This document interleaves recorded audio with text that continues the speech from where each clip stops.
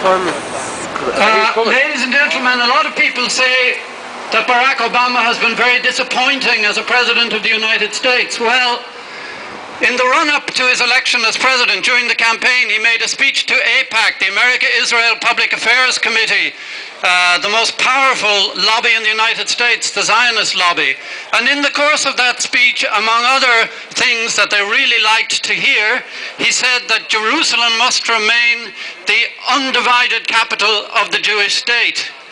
Now, I would have to point out that George W. Bush, bad as he was, never said anything like this. So it was clear before Obama even became president that he was going to be not alone no better than Bush on this particular issue, but quite possibly worse. It was also not surprising when last February the US vetoed a United Nations Security Council resolution condemning Israel's building of settlements on occupied Palestinian territory. Now, the United States accepts that these settlements are illegal. The entire European Union even voted for this resolution, but the United States vetoed it. Again, Obama is more Zionist than the Zionists themselves. He made a speech last Thursday, and here we have to put into context this phrase we hear a lot about, the audacity of hope. As far as Obama is concerned, it's more appropriate to talk about the audacity of hype, because the media have taken everything he has said, and no matter how reactionary, no matter how disappointing it is, they have blown it up as though it was progressive, as though it was idealistic. He made a speech on Thursday about the Middle East, and I want to read a few quotations from that speech, a few of the things that he said, and supplement it with a few of the things that he meant but did not say. He referred to the Middle East and said, "The West was blamed as the source of all ills." Well, maybe there's something in that. A half century after the end of colonialism, did anybody notice that colonialism is over? No. Antagonism toward Israel became the only acceptable outlet for political expression.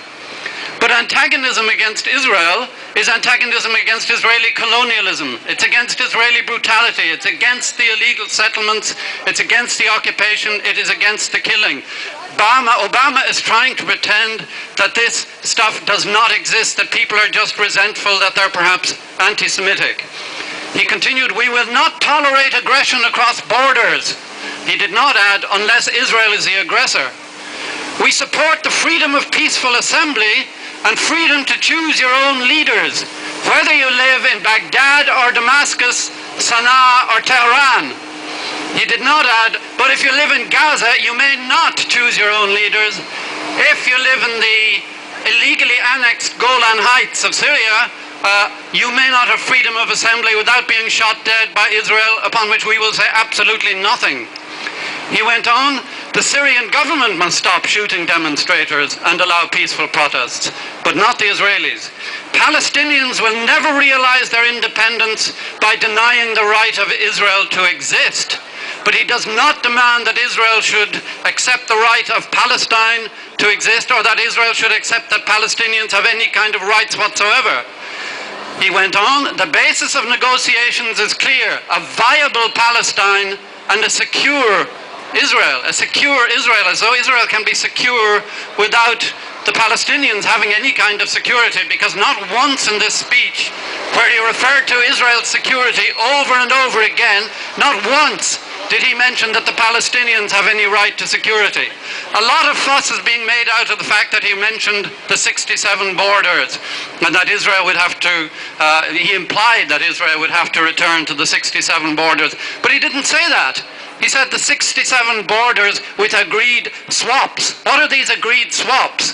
What it means is that Israel will be able to keep its colonies, its illegal colonial settlements that divide up the occupied Palestinian territories and prevent those territories from being contiguous.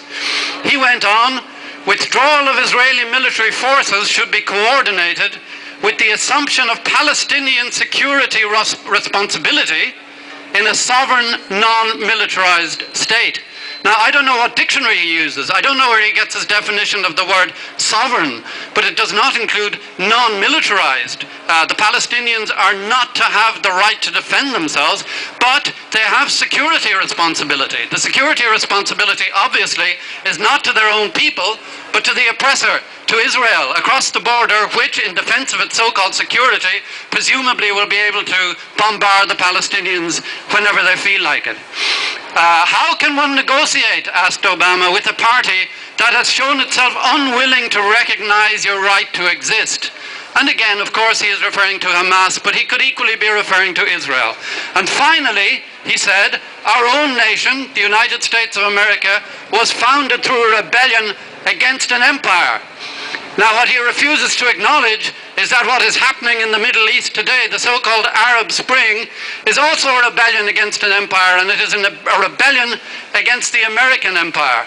And in this rebellion, the right of Israel to continue to exist as an oppressive state, as an oppressive Jewish ethnic state that denies rights to its own Palestinian citizens and that illegally occupies the territories of its neighbors, that is no longer accepted. Now, of course, Obama cannot accept that he and his friends in the European Union, like Mr. Cameron, have only one interest in the Arab revolts, and that is to manage them, to make sure that they don't give birth to any kind of real democracy. And I think that they will give birth to real democracy eventually. Now, get back to that phrase, the audacity of hope. The audacity of hope, and not of hype, is the name of a ship. It is the name of an American ship that is sailing into Gaza, or that is hoping to sail into Gaza to breach the illegal Israeli siege of Gaza at the end of next month. And this boat, this ship, is full not of arms, not of supplies, but of messages, of letters of solidarity to the people of Gaza from the people of the United States of America. And this is where hope, the audacity of hope, really lies, in the solidarity between peoples and not in the solidarity between oppressive leaders.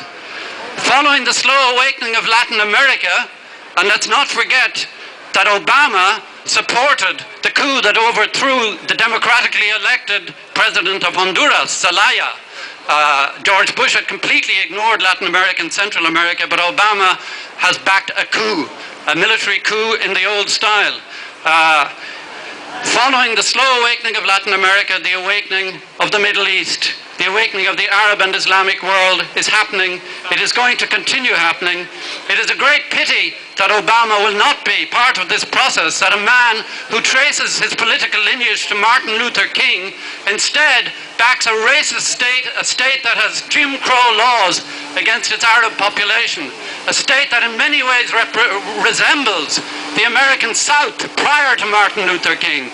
It is a great pity that Obama will not be part of this awakening, and it is a great pity that our politicians tomorrow will not be whispering a word in his ear saying, no, the Irish people do not accept these policies, do not accept American foreign policy. We know that they will be saying much softer, much kinder, and much gentler things.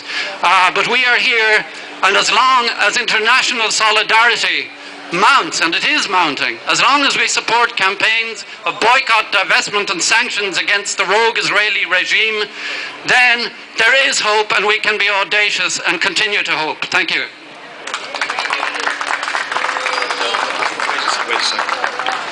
Thanks.